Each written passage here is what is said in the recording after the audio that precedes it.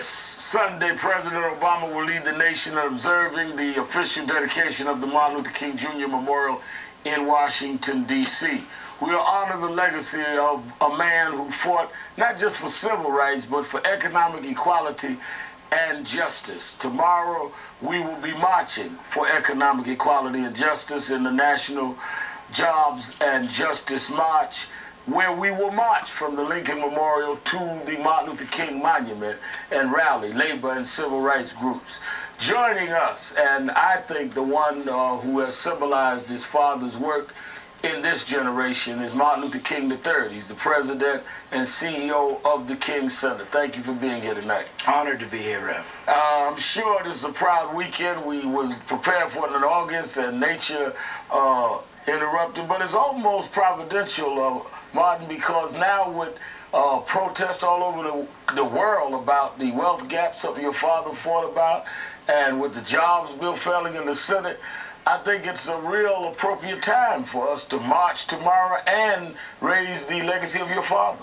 Well, it absolutely is, and in light of the fact that none of this, I think this was brewing back on the 28th, and although that was the anniversary of the March on Washington, now there is a real potential movement developing all over this nation and throughout the world. So it is most appropriate that the dedication take place this weekend. Now, you have fought in your own life, continuing your father and mother's work, about poverty. Let me show you this graph of how we have seen an increase in poverty in this country.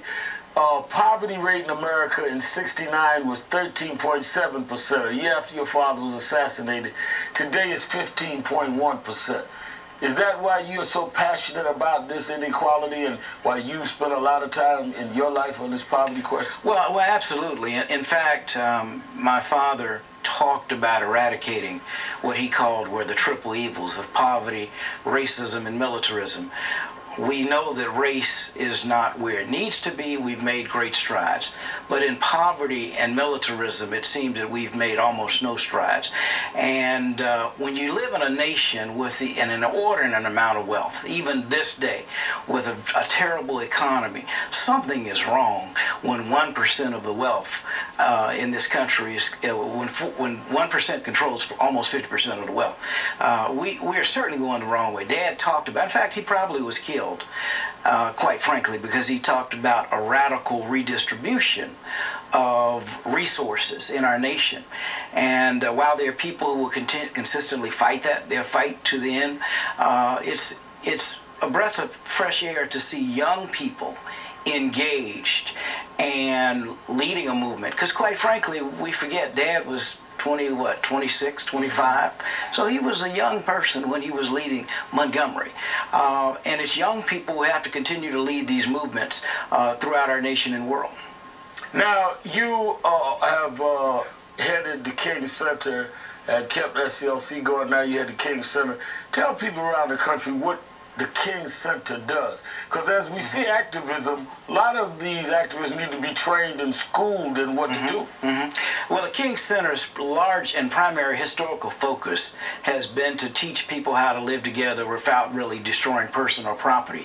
When we look at violence that occurs in our communities and in our nation, not just in the African American community, but in our communities broadly, violence often is the language of the unheard, of people who are left out, who are not included. So when we look at poverty in America, it's critical that we learn how to resolve our conflicts without destroying one another. But, you know, you've got domestic violence, you've got bullying now, you've got all kind of violence that is occurring in our school systems and in our system in general.